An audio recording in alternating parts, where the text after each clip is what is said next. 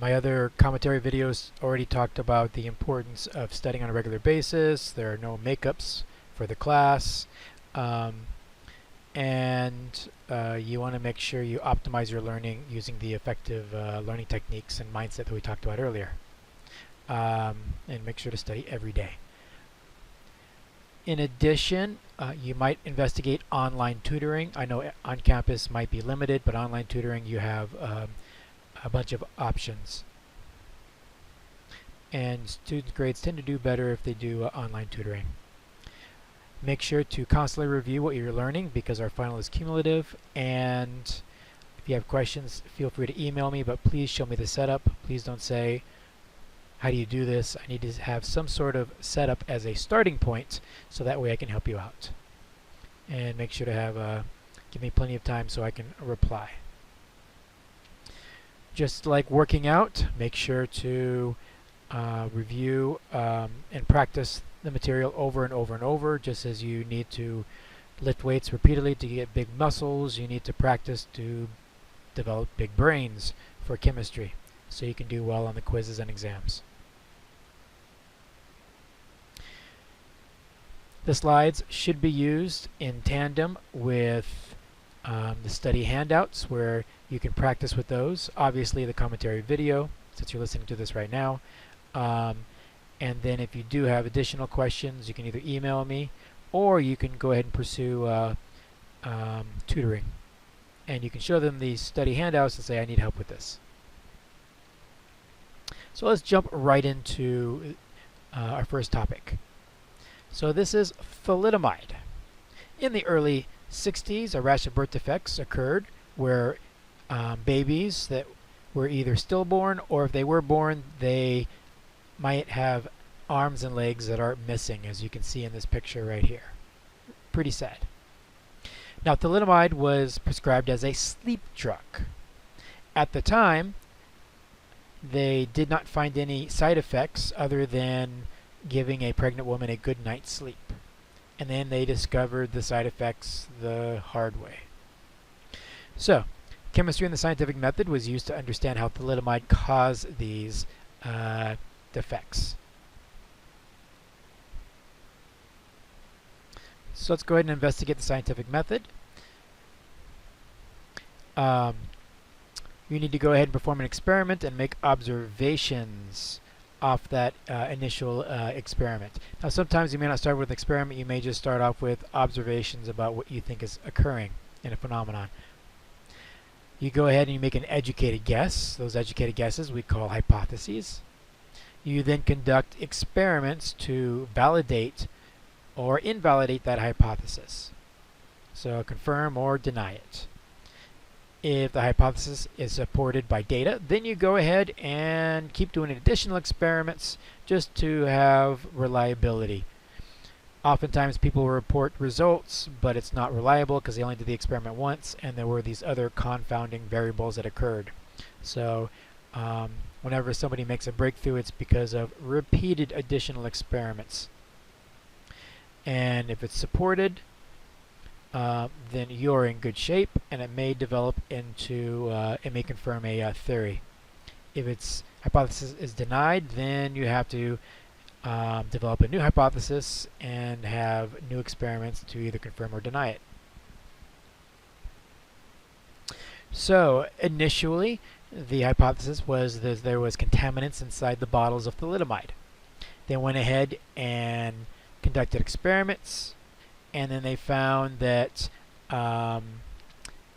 there was no contaminants, so that hypothesis was denied. Next, they came up with a hypothesis that it was the thalidomide chemical itself, and that was confirmed through animal testing.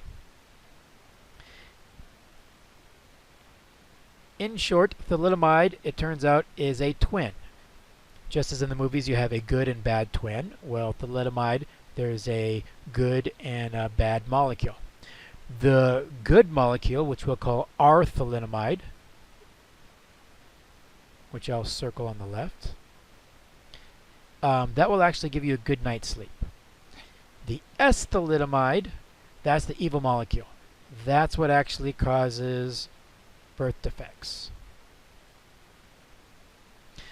Or it can cause um, stillborn or obviously bad things. So, the scientific method is used constantly, and this is a real-world example of the scientific method. I do want to point out that chemistry is so important in the scientific method because we really study the building blocks of nature.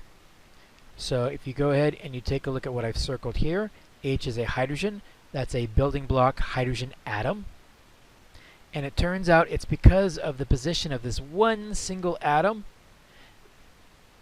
that determines whether you have a good night's sleep with no side effects versus very bad effects.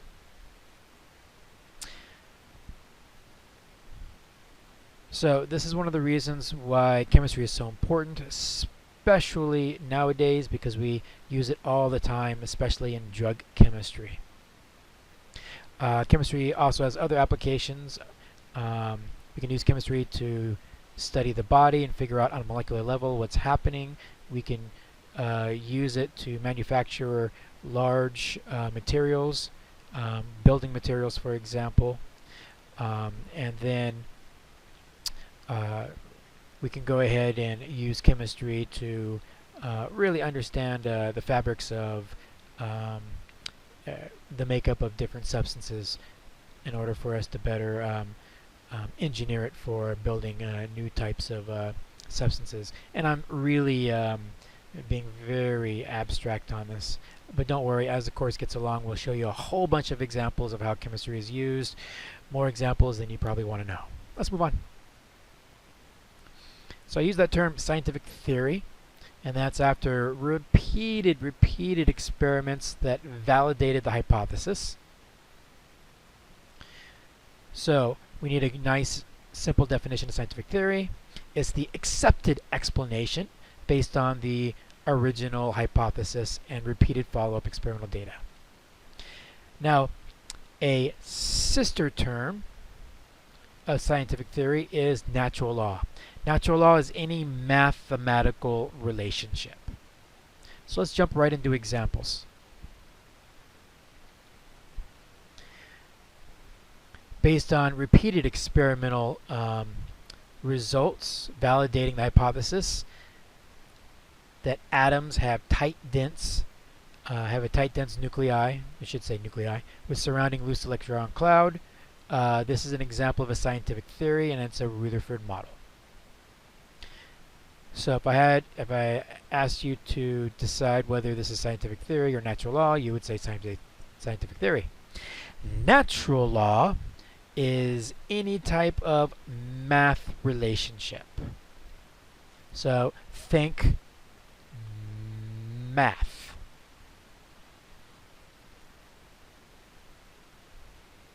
In this case, mass of reactants is equal to mass of products. So therefore, it's a natural law. So I always tell students, when you're comparing scientific theory versus natural law, if you see math, it's natural law. If you see no math, then it's probably scientific theory. So for example, if I were to say something like this and say, it was proven that if you multiply mass times acceleration, then that will give you a force on an object. Is this an example of a scientific theory, or is this an example of a natural law?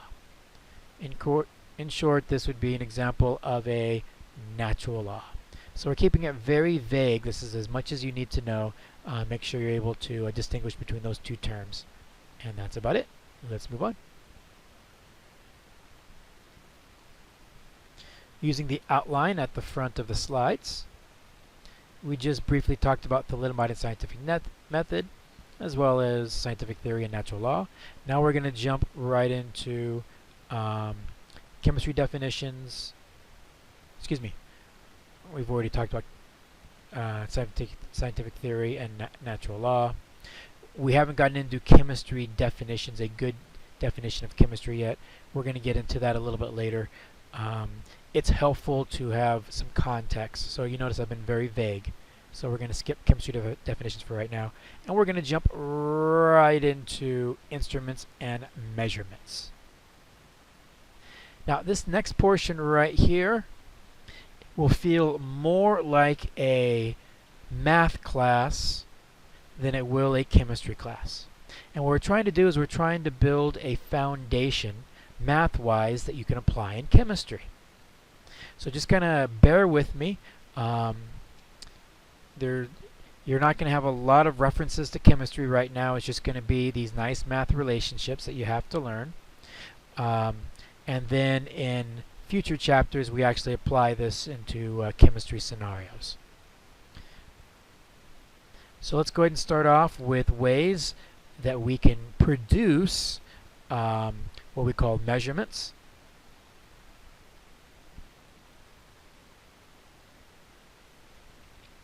We have something called instruments. Instruments are any type of measuring tools, and then they will always produce a measured number. So this right here is a chocolate covered cherry of very fine quality, which are so good. Maybe not as good as chocolate covered strawberries. I digress. But bottom line is it measures the weight of the chocolate covered cherry, and then here is a measured number. We know we're dealing with a measured number if you see a number and a measurement. What we call a unit. Now the term measurement can refer to a number and a unit, or it can just refer to the units by itself. I know a lot of our definitions start to get gray, but what I'll try to do is I'll always try to use the term number and unit. So in this case, this is 4.3 grams. That's an example of a measurement, assuming it was taken from some sort of instrument. Let's go ahead and investigate some other measurements.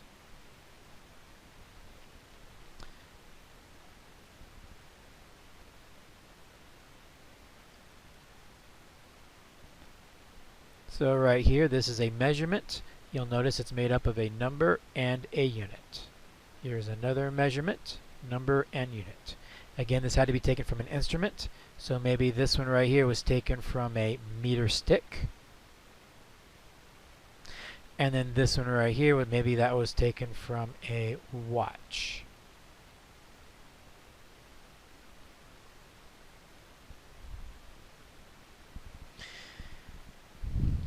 Now, the world cannot agree on what system of measurements that we're going to use. The best example is if we're measuring distance, do we go ahead and measure in miles, which is found in the US, or do we measure in kilometers, which is pretty much the rest of the world? So we decided to go ahead and teach you both. One of them you should probably already know if you live in the US. So we're going to spend a lot more time on the metric system. Although if you're well traveled, then you probably already know the metric system as well.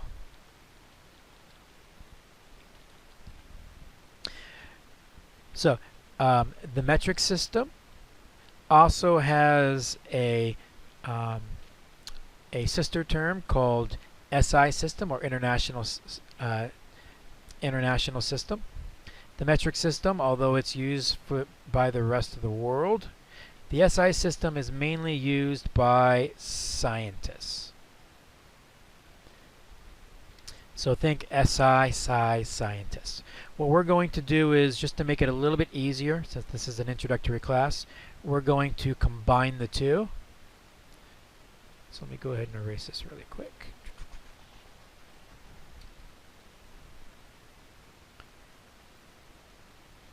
We're going to combine the two, and whenever I talk about it, I'll always talk about it in an umbrella term where, or a clustered term where I'll say metric US. So for example, 35 meters, because it's used by both the metric and the SI system, this is metric US. I'm sorry, let me say that again. That's a slight error, I apologize. Metric SI. There we go. Because 35 meters is used by both the metric system, the rest of the world, and by scientists, the SI system, then we call this metric SI. So I apologize for that little mess up. Now the metric system is based on a unit of 10. So for example, you could have 10 centimeters, and that's equal to 1 meter. Then again, you could have something like this, where you have 10 meters times 10 meters times 10 meters, which is a total of 1,000 meters, and that's equal to 1 kilometer. Okay, so we call it a base 10 system. Notice how everything is in multiples of 10. Compare that to the US system, also known as the English system, which is in the US obviously, where 1 foot is equal to 12 inches. Or you could have 1 mile is equal to 5,280 feet. Obviously this is not based on a 10 system, which is why the rest of the world likes using metric.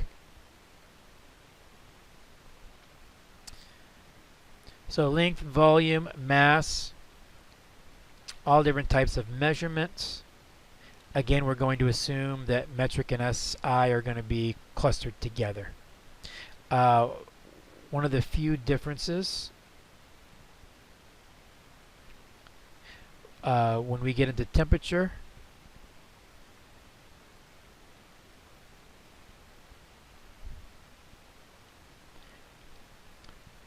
metric prefers Celsius, whereas scientists or SI prefer Kelvin.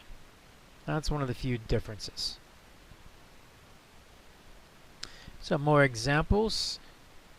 So there's length, and you have meters, which is the metric system or SI, and then you have a yardstick, which is the English system, also known as the US system. Sorry, we always have 2 or 3 different names for the same thing. I tend to use the term US, but some people use English, which is why I'm exposing it to you. So you have instruments that measure volume, such as liters or quarts.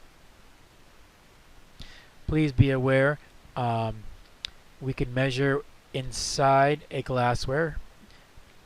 This is here we have a cylinder, which we can fill up and just measure the volume.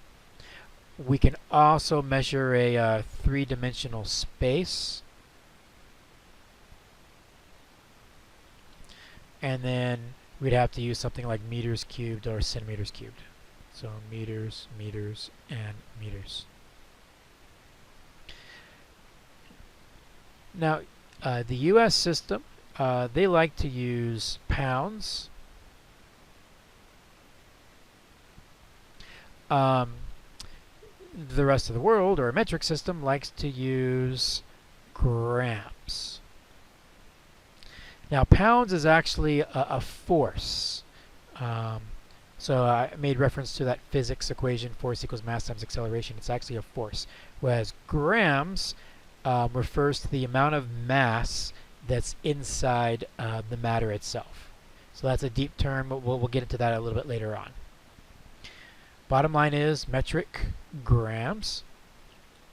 There's the grams, and we talked about a mass balance earlier, which measures the mass.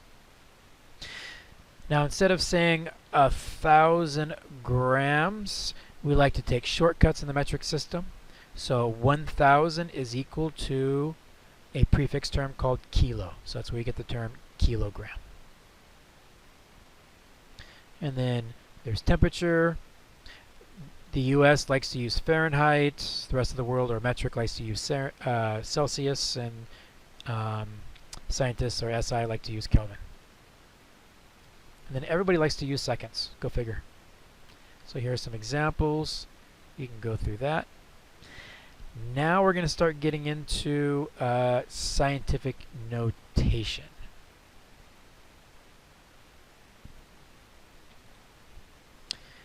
So what I am going to do for slides 24 to 45, I'm going to go ahead and show you this nice summary handout, and I'll be teaching from there.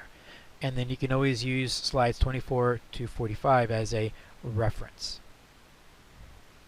This is the miscellaneous scientific calculations summary sheet.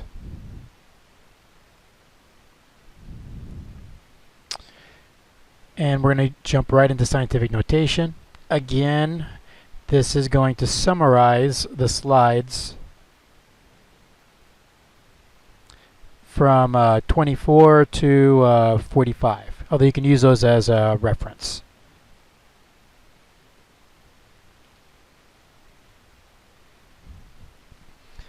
So scientific notation. This is when we make traditional, or what we call conventional numbers, making them really large to small. And we can make small numbers really large. So scientific notation, for example, in chemistry is very important because it can take the number of molecules found in 18 mils of water, which looks something like this. Look at all those zeros. There should be about 20 zeros here, and that's how many molecules that are found in 18 mils of water. We can take a number that looks like this, and we can shrink it down. 6.02 times 10 to the 23rd molecules of water. Because we're dealing with really large or really small numbers, then we love using scientific notation in chemistry.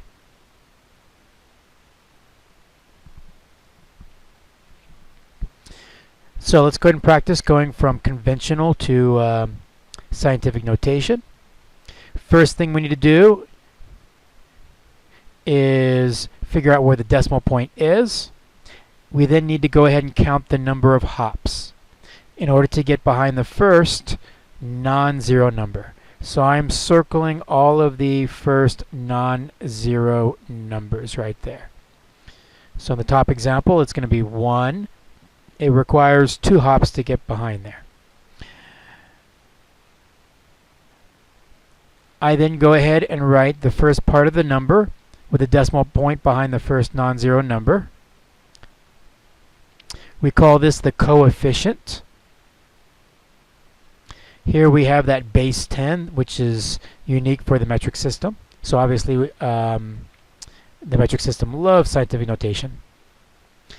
And then we have the exponent that's right here. Because it required 2 hops to get behind the first non-zero number, then we have to put a 2 here. So if I were to have an example like this, 376 centimeters, which is a measurement because there's a number in unit, and I want to turn it into scientific notation, I count the number of hops before the first non-zero number, 1 and 2, so it's going to be 3.76 times 10 to the 2 centimeters. And there is our answer in scientific notation. Now, if you're having to hop to the left, then the exponent is going to be a positive value. So in this case, I highlighted positive value. On the other hand, if you have to hop to the right, and I'll change to a blue pen. If I have to hop to the right, in the next example, 1, 2, 3, for 5 in order to get to the first, or in order to get behind the first non-zero number, then it's going to be a negative value. So I required 5 hops going to the right, and so therefore it's going to be 3.42 times 10 to the negative 5. So let's do another one down here. 1, 2, 3. I'm hopping to the right in order to get to the first, in order to get behind the first non-zero number. And so it's going to be 4.2 for my coefficient times 10, which is a negative 3, because I'm hopping to the right. So that's the trick in order to go from conventional to scientific notation. So make sure you know which way you're shifting in order to figure out whether that exponent is going to be positive or negative. So let's go more into the math theory about what's happening. Let's say I had 1,000 centimeters. This is going to be 1.00 times 10 to the 3 centimeters. That 10 to the 3 means 10 times 10 times 10, which is 1,000. My coefficient is going to be 1. And then this gives us our original conventional value. You are not responsible for having to break it down like this, like you might do in a math class. Just go ahead and use my little hop trick to go from from conventional to scientific notation. And I can do the opposite, going from scientific notation to conventional. So in this case, it's 4 times 10 to the 3. So we assume, if you don't see anything there, then the decimal point's behind the first non-zero number, and I'd have to go 1 to a hypothetical 0 there, 2, 3. So there it's 4,000. And then there's an implied decimal point that's right there. Alright. Now, a couple other things.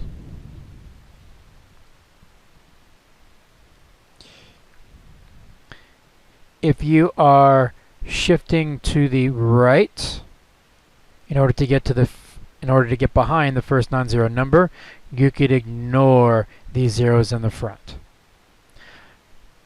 On the other hand, if you're shifting to the left, like in the next example, then you may have to keep these zeros. So for example, I want to go from conventional to scientific notation. I'm shifting to the right, so it's going to be a negative exponent, 1, 2, 3. So that's 4.5 times 10 to the negative 3. Notice the zeros in front are completely ignored. So what are those zeros? Those zeros are placeholder zeros.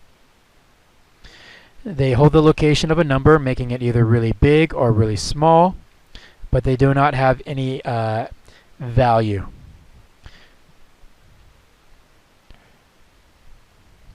So for example, I could have something like this, where it's 0.03, and that's basically 3 cents. And you need those zeros, because if I just wrote 3, then I'm actually meaning $3. So it keeps the position of a really small or really large value. This is probably especially important if you have a number like this, $4,000, and then if you forget to put those zeros and you just put 4, that's my dollar sign. If you just put 4, obviously, then you're going to be very unhappy. So it keeps the place, allowing you to have very large or very small values. So make sure to practice going from conventional to scientific notation. You are going to see discrepancies because we don't always keep those values, like we didn't keep the zeros in the front. So let me go ahead and erase this. Here's a scenario for this problem right here. And I'll just mix it up, use a green pen. You'll notice that we did not have any zeros after the 4. Okay, so even though it kept the size of the value, which is 4,000 centimeters, it did not keep the zeros. So that's important. So now we're going to get into something called significant figures, because there's times when we keep values, such as those zeros, and there's other times that we discard them. So what are sig figs? Sig figs are measured, accurate digits. In chemistry, it's very important to be accurate with your data. So chemistry has come up with a whole bunch of math rules exclusive for chemistry that you need to master. And by applying these math rules in chemistry, they allow you to come up with an answer that's considered very accurate in chemistry. By the way, this only works for chemistry.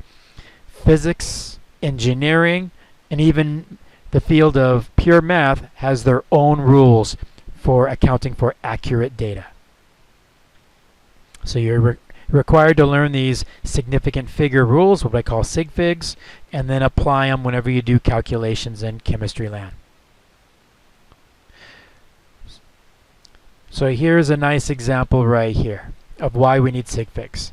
Here I need to find the area of a square. Let's say I need to be really accurate because this is going to be used in our research.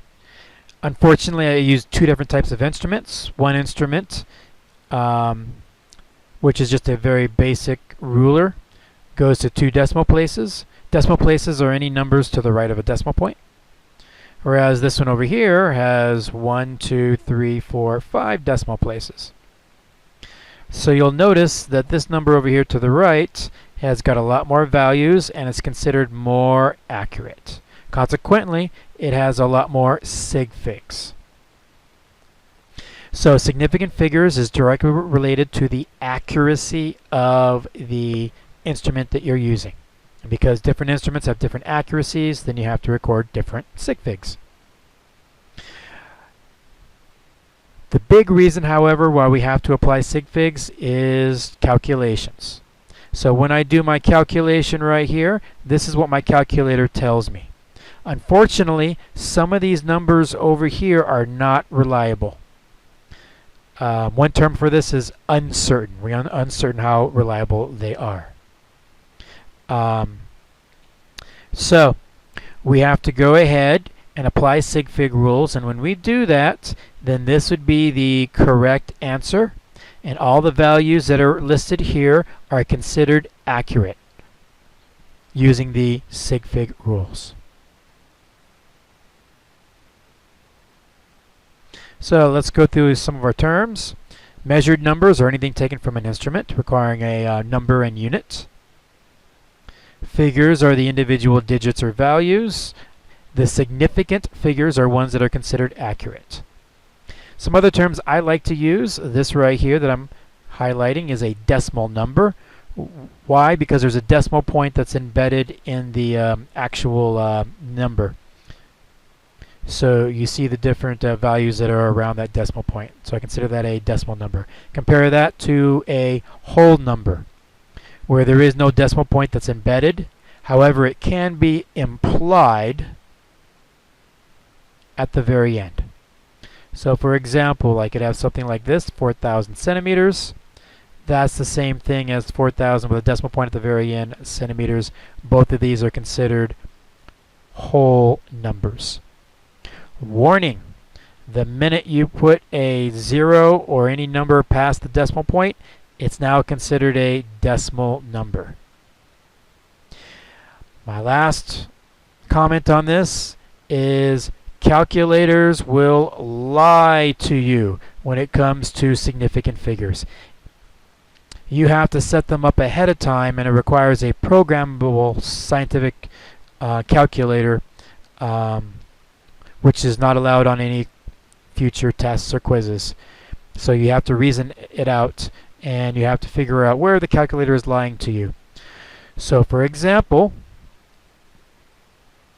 going back to my laser ruler example, the calculator is going to give me this calculated answer, and then I know it's lying to me, and I have to use proper sig fig rules where I keep the first 3 digits.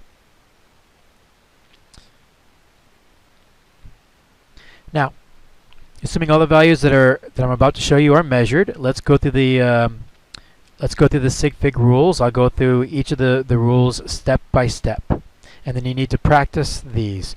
Just like a foreign language where you need to master the words, you just can't learn it in order to practice it in a conversation. You need to master these rules to apply it on future calculations. So here's the rules with scientific notation. It's assumed that all coefficient values, they're always going to be measured. So in this case, there's going to be 3 sig figs. In this case, there's going to be 2 sig figs.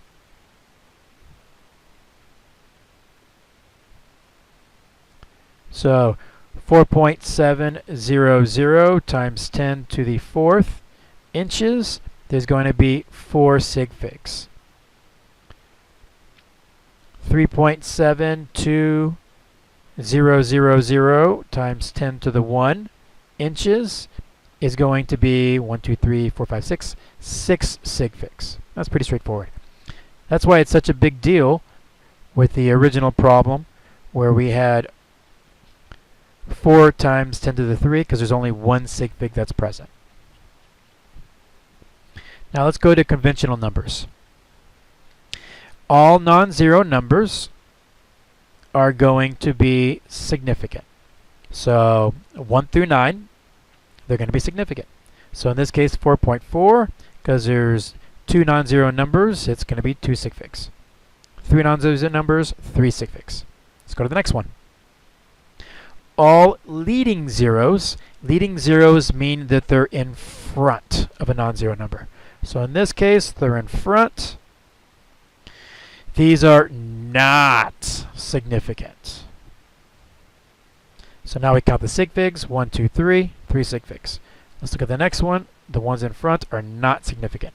Regardless of where the decimal point is, if the decimal point is embedded in leading zeros, you don't have to worry about any zeros around there. So regardless of whether it's regardless if it's a decimal number, you can ignore those zeros. So in this case, 1 sig fig. Let's go to the next rule. All sandwiched zeros, so for example in bold for the first one, all sandwiched zeros are going to be significant.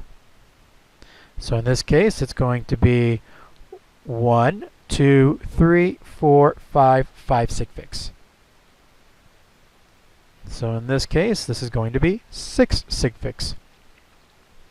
And it doesn't matter if you have a double-decker sandwich with multiple embedded zeros between non-zero numbers, all of them are considered significant. So 6 sig figs. We can combine the rules. So for example, here we have a conventional with leading zeros in front. Those are not significant. And then sandwich zeros that are in the center. And then those are significant. So 1, 2, 3, 4, 5, 6, 7. Now it's going to get a little bit more challenging. Again, you want to practice, practice, practice. Did I mention you need to practice? We're going to be looking at decimal numbers. So again, there's a decimal point embedded somewhere in the values. It's not just at the very end. So for example, there's that decimal point, and it's between the different zeros and non-zero numbers. So that's a decimal number. So all trailing zeros, those are at the very end. So think of a trailer where it's being pulled. Well, you have a non-zero trailing zero that's right here. So those are significant for decimal numbers. So this one is 4 sig figs. Take a look at the next one. 1, 2, 3, 4. Those are all trailing zeros, so those are significant. And then over here we have a combination of sandwiched and trailing, and they're all significant.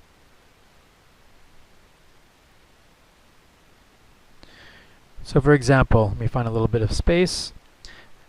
I could give you one that looks like this, 7.0060400 inches.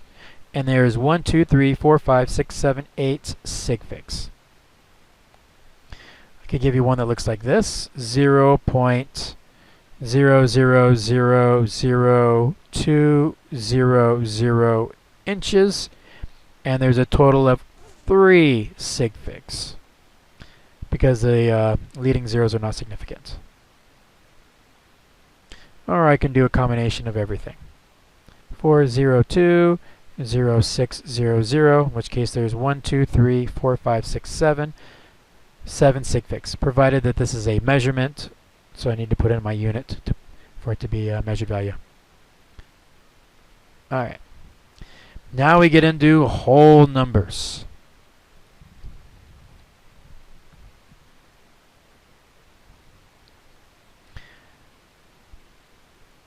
First off, there's an implied decimal point that's at the very end, and if it's at the very end of your values, then you don't have to write it technically. If you're dealing with a whole number, then it requires prior knowledge about those trailing zeros. Again, if you need a whole number, if you have a whole number, then you need prior knowledge about those trailing zeros. So let's give you an example. Let's say I was a car counter and I counted cars with my little clicker. So technically it's an instrument. So 398 cars, 399 cars, 400 cars. These zeros right here are considered measured zeros taken directly from our counter. So it's measured. Matter of fact, I love that term, so make sure you have that down. These are measured because they're taken from the instrument. So,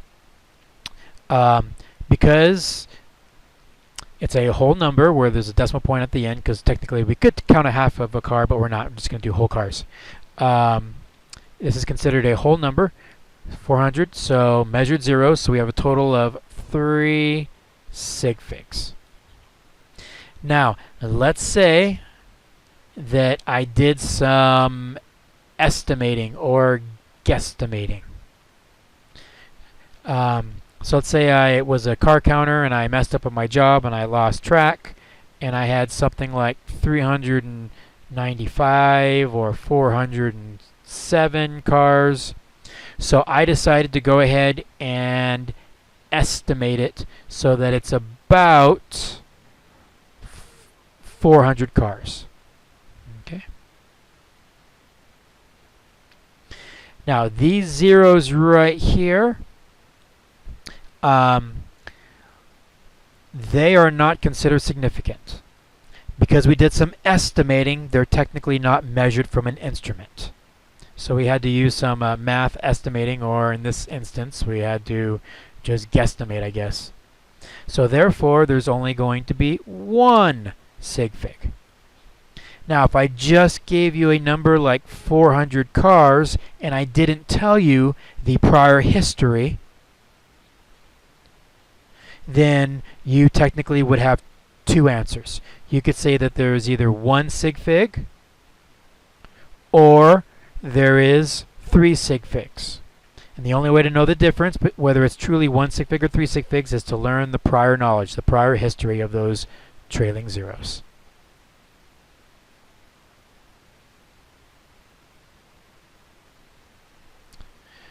So in this case, without that prior knowledge, you could have 1 or 3 sig figs. For 50 feet, it's going to be 1 or 2 sig figs. So treating it as a measured zero, versus just a placeholder, non-measured 0.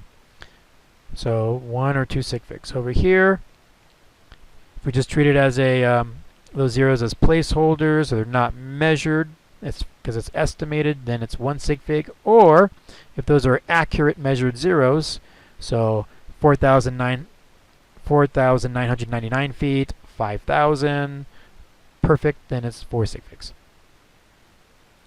Alright, so let's move on. Now we're going to go ahead and apply sig figs in actual calculations. First off, your calculator will lie to you.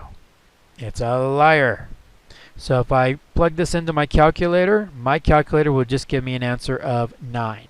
And this obeys pure math rules, but it doesn't account for sig figs.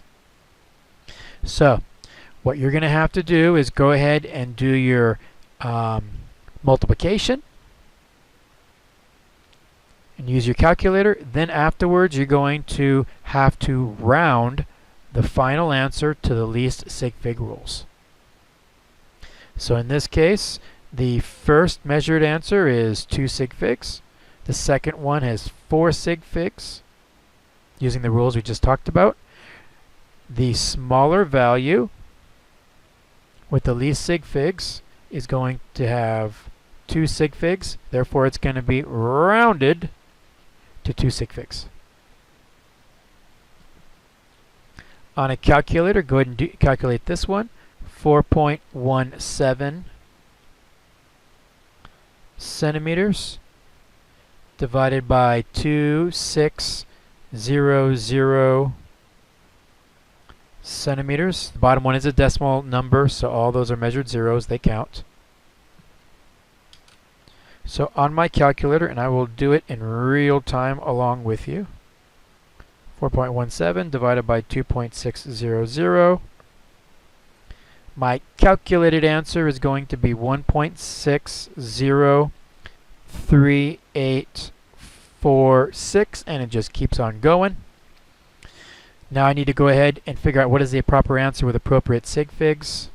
So the top one has 3 sig figs, the bottom one has 4 sig figs. Again, it's a decimal number, so it doesn't require that prior knowledge, it's automatically measured. So the least one has 3 sig figs, so we're going to keep the first 3 non-zero numbers. So our final answer is going to be 1.6. Now it either stays a 0 or it rounds up to a 1, depending on whether the other value next to it is a 5 or greater. So this is math, rounding rules. Because it's less than 5, then it stays a 0. So your final answer is 1.60. Technically, this has no units afterwards because centimeters divided by centimeters, they cancel each other out. Let's do one more.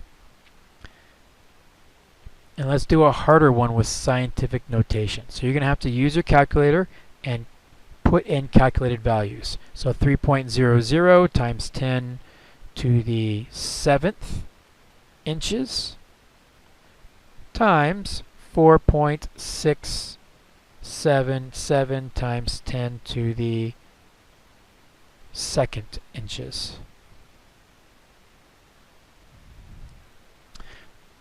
So, according to my calculator, I got 1.4031 times 10 to the 10th inches squared. The top one has 3 sig figs, the bottom one has 4 sig figs, so it should be rounded to the first 3 sig figs. And if it's already in scientific notation, it is actually pretty easy to do. Warning! You are going to have to practice with your calculator.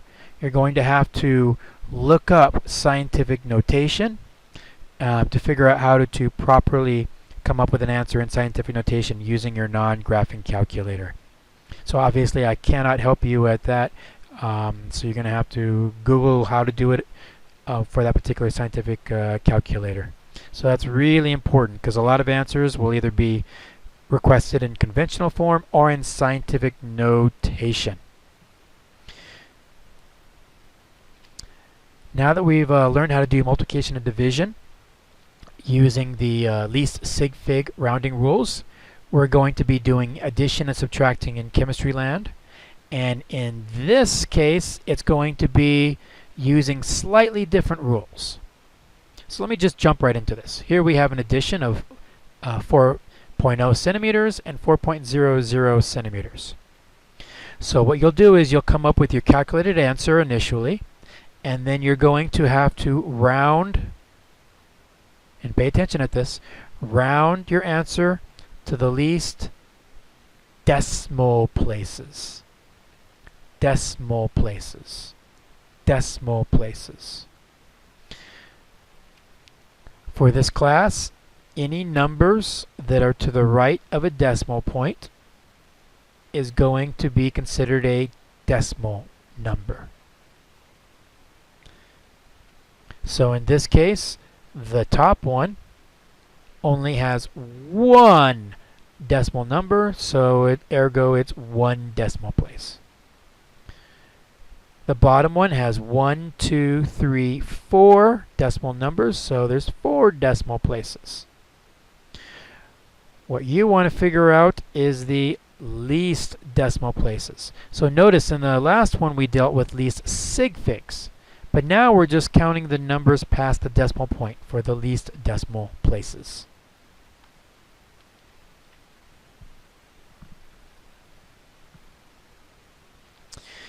So the top number has one decimal place. Automatically, the final answer is going to be rounded to one decimal place. Now in step 2, you're going to go ahead and you're going to count the sig figs in your final answer. So after I went ahead and I came up with my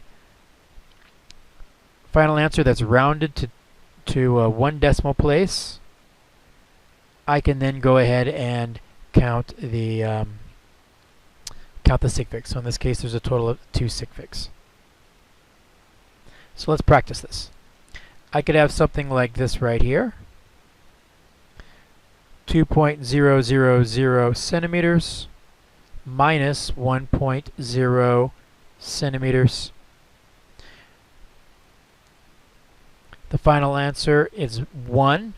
But you count the number of sig figs, in this case 1, 2, 3, 4 decimal places on top, 1 decimal place on bottom, so it's going to be rounded to 1 decimal place. Keep in mind we're using addition subtraction unit rules, so centimeter minus centimeter is centimeter, centimeter plus centimeter is centimeter, for example.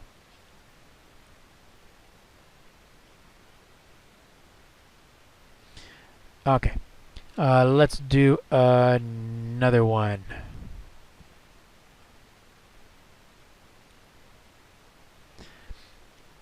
I could have 3.20 centimeters minus 1.67055 centimeters.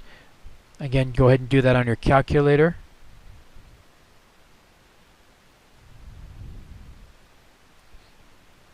And then my answer is going to be 1.52945. 2 decimal places on top, 5 decimal places on the bottom. The least one is 2, so it should be rounded to 1.53 centimeters. Because there's at least 2 decimal places. Least sig figs are, or excuse me, the least decimal places is 2. Now, when I have my final answer, is 3 sig figs. Let's do more advanced ones where we combine a combination of multiplication and addition.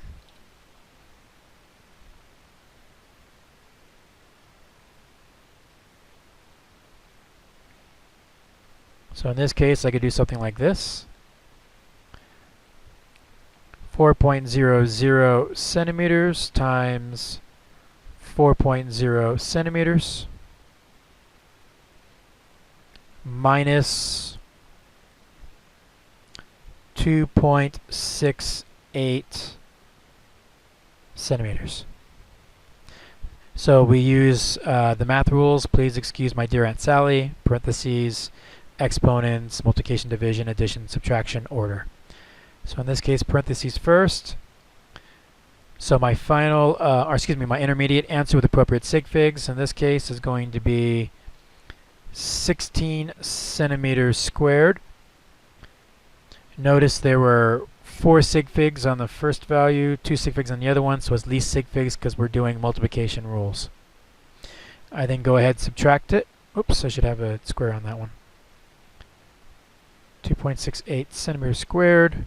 So using my calculator, 16 minus 2.68. That gives me an answer of 13.32. But because there's no decimal places, then my final answer should have no decimal places. So it's rounded to 13 centimeters squared. Because the decimal point's at the very end, you don't have to include the decimal point if you don't want to. I could ask you to do one extra step and turn it into scientific notation. So the top one of 1.0 centimeters would be written as 1.0 times 10 to the 0 centimeters. And then the bottom one would be written as 1.3 times 10 to the 1 centimeter squared.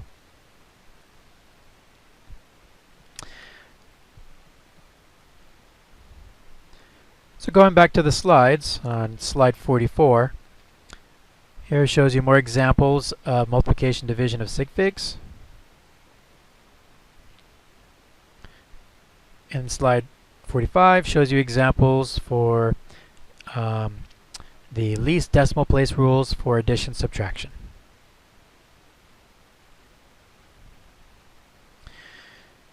Now we're going to go ahead and get into the next part.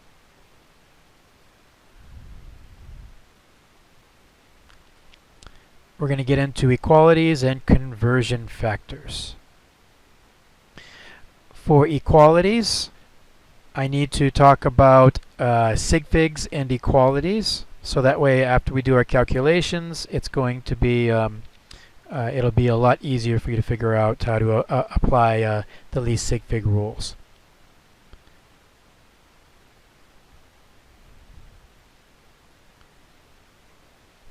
So jumping back to the slides, if you take a look at slide 46, here's an example of an equality. There's an equal sign in there. That's how we got the term equality. This is a metric equality. 1 kilometer is equal to 1,000 meters. And what we can go ahead and do is we can place one measurement on top of the other. So I can write 1 kilometer divided by 1,000 meters, or I can write it like this, 1,000 meters over 1 kilometer. When we write it like this form, we tend to call these conversion factors. So all equalities for this class can be converted into conversion factors, which we'll be doing some conversions of one unit to another. But I first wanted to, before we get into this, I really wanted to summarize two terms, really important: measured versus non-measured. So measured is taken from an instrument. Sorry, I'm getting a little messy. Whereas non-measured is not. Now there's other terms that other disciplines use, even professors use, such as certainty, certain, uncertain, or exact, inexact. I'm going to be using the term measured and non-measured for all of this class because I think it's the easiest term to use. To demonstrate measured versus non-measured equalities, we need to go ahead and go back.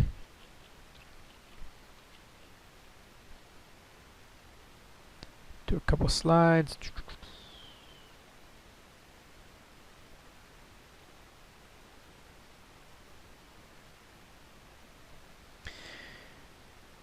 So this is a slide 33.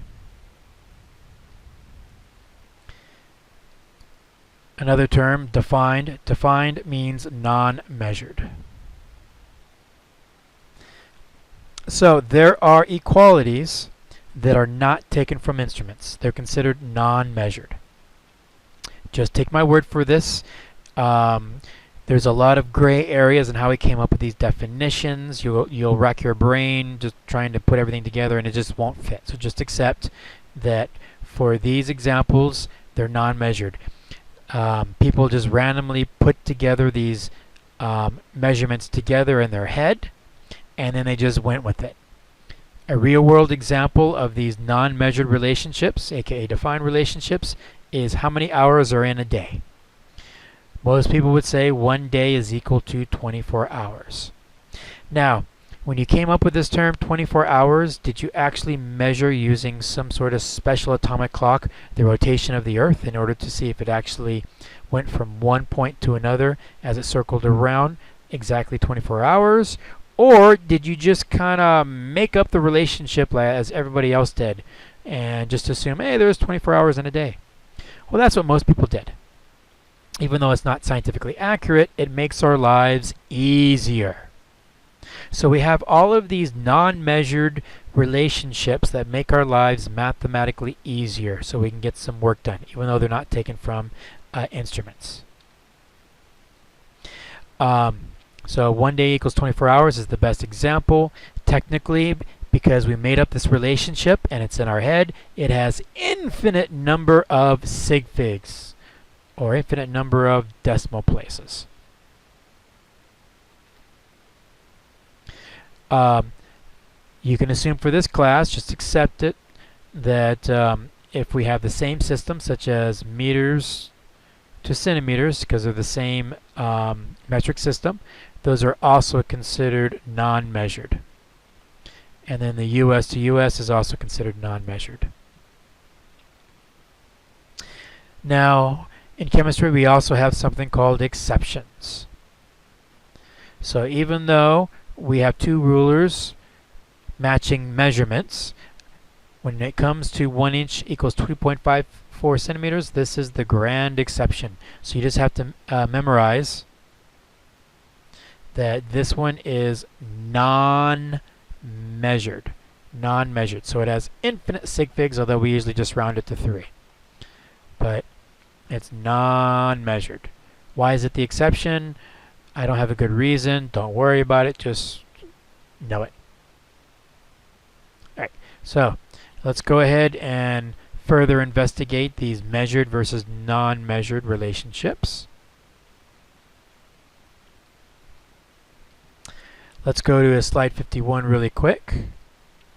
I could make a nice equality where one cherry, because I'm counting the cherry, is equal to 23.089 grams. So that could be considered a measured equality taken from an instrument. Let's go down here. These measurements, this is all considered measured, whereas these up here are classified as non-measured. So there must be an easy way to figure this stuff out, and this is what you need to memorize. I use the same system, different system rule to figure out whether it's measured or non-measured. So if you look in the left-hand column, you'll notice that we're going from US to US. Because it's the same system, you can automatically assume it's going to be non-measured. Another example, 1 gallon, which is US units, quarts is US units, US to US. It's the same system, so it's non-measured. We can also make the same assumption when we go from metric to metric. It's the same system, meters to millimeters, centimeters to millimeters, so therefore it's non-measured. Now we're going to make another leap. The minute it's non-measured, it has infinite sig figs. Infinite sig figs. Whereas if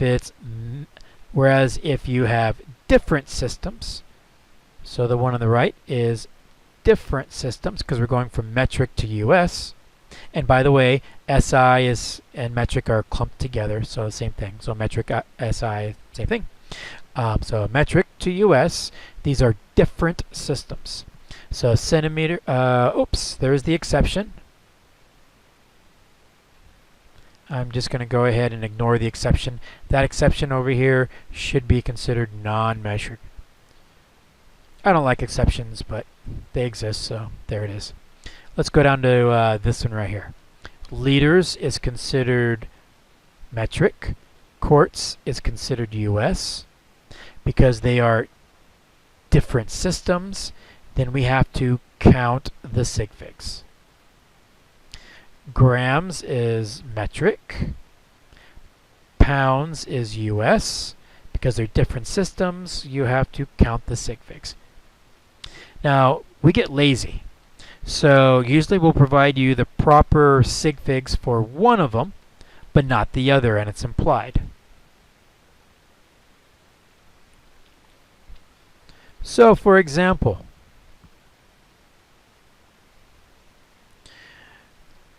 here there's 4 sig figs, so it's automatically implied that the number on the right is 1, 2, 3, 4 sig figs. The one above it, there's 4 sig figs for pounds, so it's implied that this is 1.00 kilograms, 4 sig figs.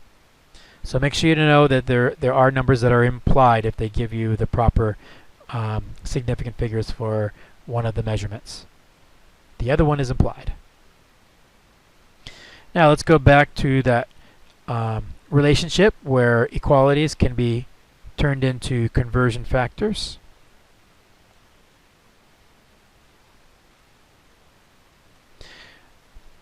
This was the ground exception. That's considered non-measured, so there's infinite sig figs for each of these. Warning! There's a mistake in my slides. It says 3 sig figs. It should be infinite sig figs. Infinite sig figs.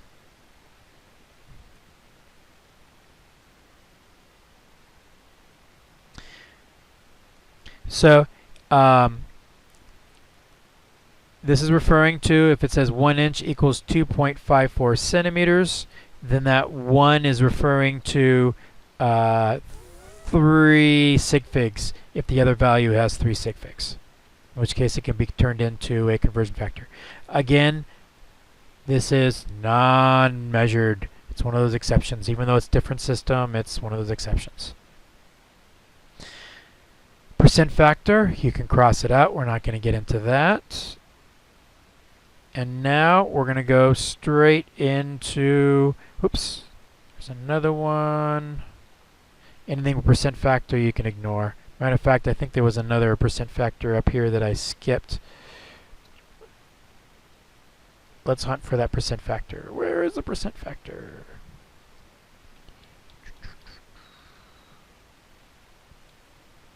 I don't see the percent factor. I'm just going to let it go.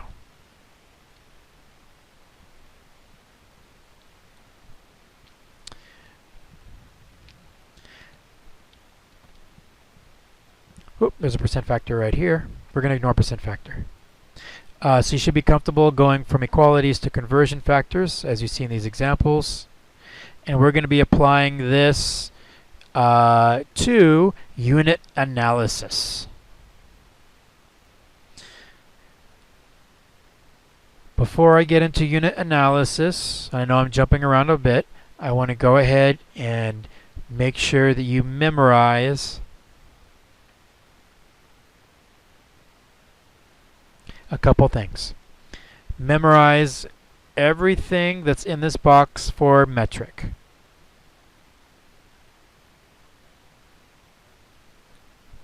You should be very comfortable in converting from one to the other. The easiest example is kilometers to meters. 1 kilometer is equal to 1,000 meters. You could also divide both sides by 1,000 to create a decimal form of the equality. So the decimal form of the equality in this case would be 0.001 kilometer is equal to 1 meter. So you should be comfortable with both of those. Now the metric system loves using prefixes. So kilo, for example, means 1,000. So 1 kilometer is equal to 1,000 meters. Mega is a million. So 1 capital M meter is equal to 1 million meters. So you should be comfortable with those. And then deci, 1 decimeter, lowercase dm, equals 0.1 meter. Again, if I want to turn this into a whole number, I'd have to multiply this such that the decimal number becomes a whole number. So in this case, if I multiply it by 10, it would be 1 meter is equal to 10 decimal meters. So you should be able to interconvert, since this draws back on your basic math. Now everything in the box you'll be asked to memorize. In general, it doesn't matter if the first letter for the abbreviation is capitalized, with the one exception of mega. So make sure to put a little footnote in your slides that for mega it always has to be a capital M. Why is that? Well, it turns out we have two M's. We have a capital M for mega and a lowercase m for milli. So milli is for 1,000th of some units, such as thousandths of a meter, for example. And then mega is 1 million. So make sure you know the difference between the capitalized mega and the lowercase m. And make sure you can interconvert between the individual abbreviated units, such as dm, to the fuller name decimeters, for example, or mm for millimeters. Now that's something you really want to get down. You'll be responsible for that on the quizzes and exams, Quizam. Alright. What else do you need to make sure that you have memorized? I need you to make sure that you have let me go ahead and erase this first because it just got really messy.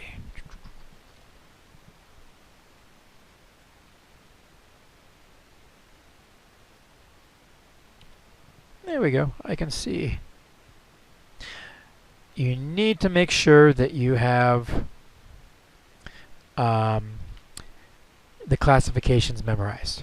So you should be able to immediately recognize whether a system is US, or whether it's metric, or whether it's a combination of metric and US. And again, the SI, it will be embedded in metric. It's all clumped together. For US equalities and measurements, you do not have to memorize those. Those will actually be on the actual quiz or exam. So I'll give you a table that has those. For the metric ones, there will be select ones that are to be on there. There'll be other ones that you should already have down. So for example, you should already have down 1 kilometer is equal to 1,000 meters. I may not have that on there. Other ones I may choose to put on there, but you're asked to memorize the metric ones in the box anyways, so make sure to do that. The metric to US, all of these, those will be on the quiz, so you don't have to memorize any of the metric to US ones. Okay. Alright, so let's jump right back into using equalities as conversion factors and then doing something called unit analysis.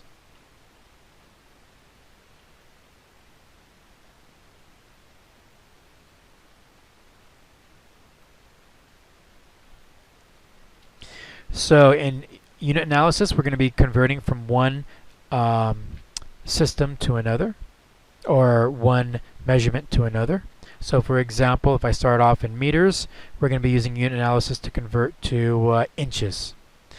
Now, what does that have to do with chemistry? We're worried about the math pattern of unit analysis. Honestly, we don't care whether you've mastered converting from miles to kilometers or grams to pounds. We want you to have down the math process so that way you can apply it in chemistry down the line when we truly teach you what it means to have a chemical and what are compounds and things with molecular structures, and do the chemical math. So right now this is just practicing the pattern of the math, and then we'll apply it in chemistry later. So in unit analysis, you have your starting value, you have a conversion factor, and then you're going to be doing unit cross-canceling to make sure that your math is set up properly. So for example, rattlesnake is 2.44 meters long. How many centimeters long is the snake? So here's the answer. Let's go ahead and show you the setup. We have our starting value in meters. You need to go ahead and set up your equality into a conversion factor. So if I started off with 1 meter is equal to 100 centimeters, it looks like this. The meters goes on bottom and the centimeters goes on top. Why? Cross-canceling. If the units cross-cancel, leaving the target unit that we want, then we know that our math pattern has been set up properly. We then go ahead, and I'll use a different colored pen, and perform our math computations. So take 2.44 on your calculator times 100 divided by 1, and then that gives you 244 centimeters.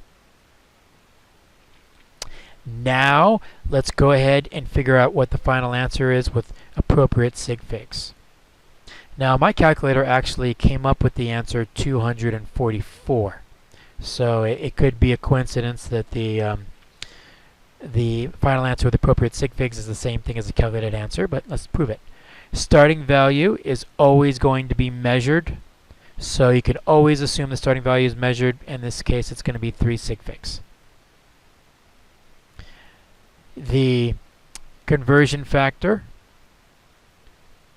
and this just got really messy, so let me erase this. The conversion factor, we have to figure out whether it's the same or different system. Centimeters and meters, that's metric to metric. This is going to be the same system, and because it's the same system, it has infinite sig figs. So let's label this. Starting value has 3 sig figs. Conversion factor is infinite on top, infinite on bottom. So the least sig figs, shocker, is going to be 3. So this should be rounded to 3 sig figs. There's my final answer with appropriate sig figs.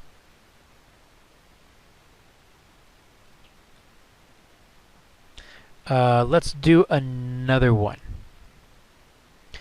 Let's see.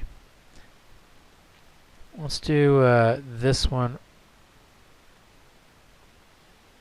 right here. First thing I do is I set up my skeleton conversion factor. The starting value is going to be 3.0 pounds. There's my equality. What goes on bottom? Let's see, it's going to be pounds. And for the record, pounds and grams, let's figure out the equality ahead of time. Is this the same system or is this different? In this case, pounds is US, grams is metric, so this is different system, so you have to count the sig figs. There's 4 sig figs on top, so there should be 4 sig figs on bottom. It's implied, so it'd be 1.000 pounds, and then 453.6 grams on top. We know pounds goes on bottom. Why? Because it cross cancels, and it leaves grams. So then you do your calculation. I got 1,360.8 grams. Now we have to account for sig figs. Starting value is always measured, so 2 sig figs. We have 4 sig figs, top and bottom, but the least one is 2. So this should be rounded to 1,400 grams. Notice we still need those zeros, because any zeros to the left of the decimal number, those are placeholder zeros. So think of money. If I rounded $1,360 to $1,400, you'd be okay. But if I rounded it to $13, you'd be in an uproar. Those zeros maintain the magnitude. So it's 1,400 grams. Or you can write it as 1.4 times 10 to the 3 grams, which is what scientists prefer. You can also write G, because that's an acceptable unit, or you can write out the word grams.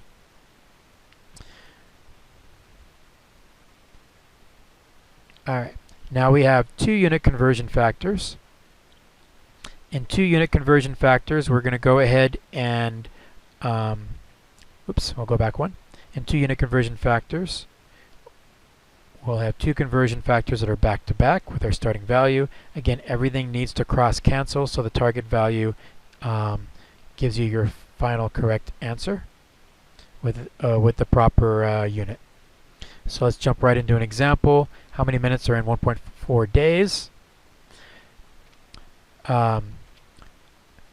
I'm not going to use the term exact for this class, so let me just rewrite this so it's non-measured, non-measured.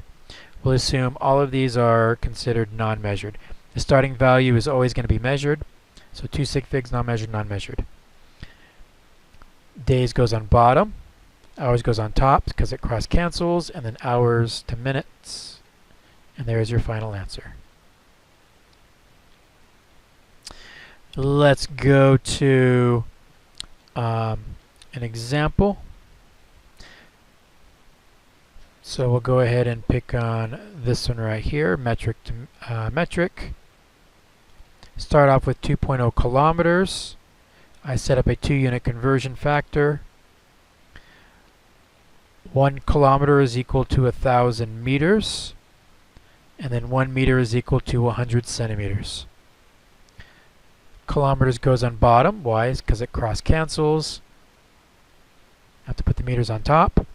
And then meters goes on bottom because again it cross cancels. Let's figure out the sig figs. Same system is going to be infinite. Same system. Meters to centimeters is infinite. Starting value is always measured, so 2 sig figs. So it should be rounded to 2 sig figs.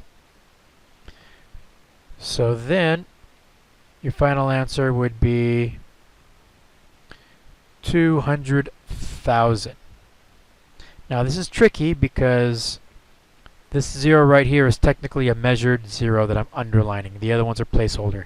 Now you don't have to worry about reporting that in your final answer. It's only if you wrote it as scientific notation, 2.0 times 10 to the 1, 2, 3, 4, 5 to the 5th centimeters, that's when you'd have to worry about representing the proper measured 0.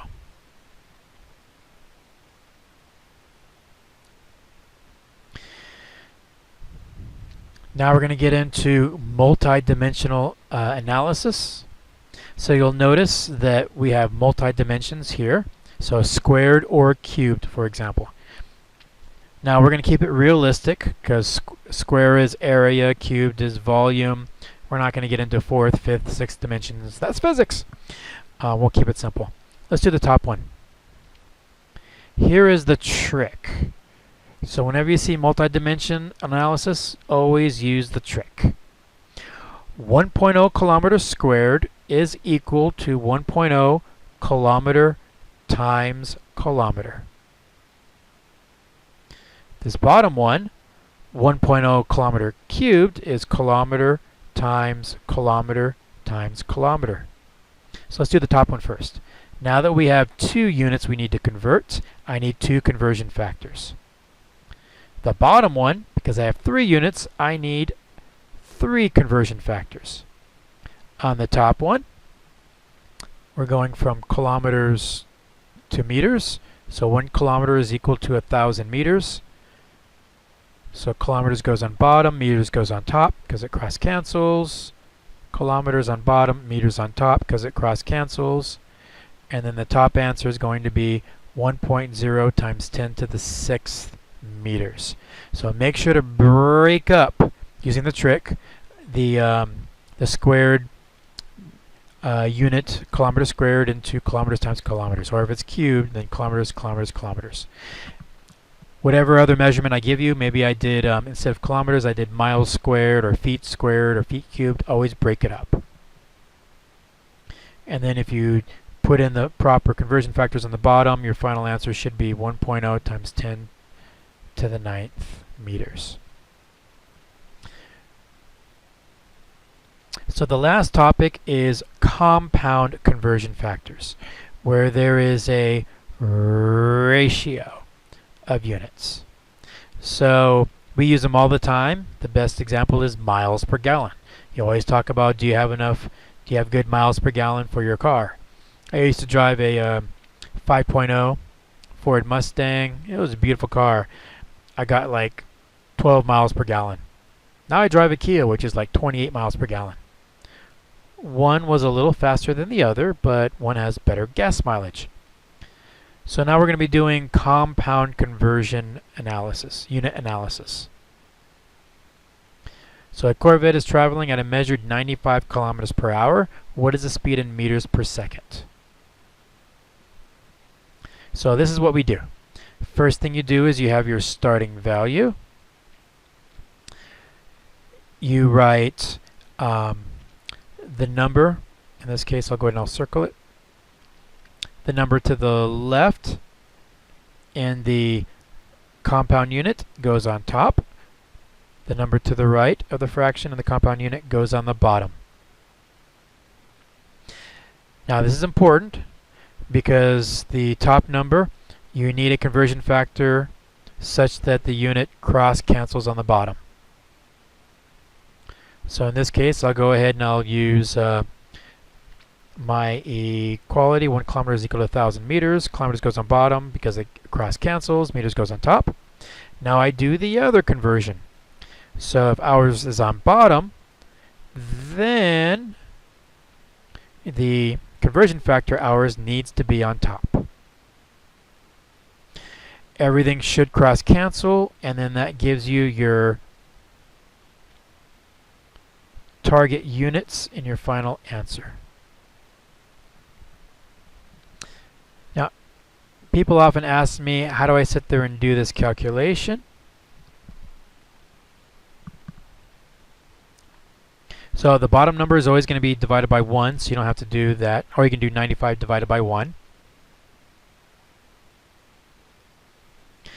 So on your calculator, you go 95 times 1,000 divided by 1 times 1 divided by 3,600, and that should equal 26 meters.